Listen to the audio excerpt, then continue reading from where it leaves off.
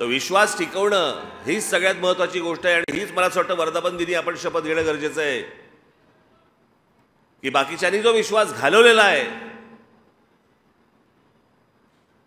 ज्या प्रकारचं राजकारण सुरू आहे, कोण कुठे आहे तेच कळत नाही. म्हणजे कोणाचंही नाव घेतलं तर विचारावं लागतं कुठे आहे म्हणजे तो.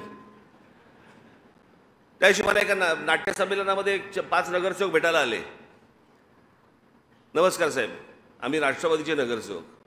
म्हटलं बरं, कोणाचे? तर त्यातले 3 बोलले आम्ही शरद पवारांचे, 2 बोलले आम्ही अजित पवारांचे. पण आले होते एकत्र. माझं अजूनही ठाम मत आहे सगळे आतून एकच आहे.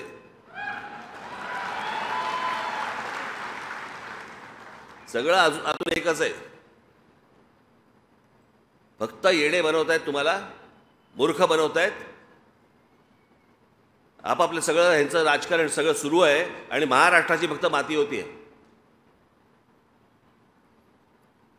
आणि मग महाराष्ट्र एकसंघ राहू नये याच्यासाठी मग जातीची विष पसरवलं जातात, जातीचं विष. ते जरांगे पाटील ज्यावेळेला उपोषणाला बसले होते, मी गेलो होतो तिकडे, त्यांच्या समोर सांगितलं हे होणार नाही.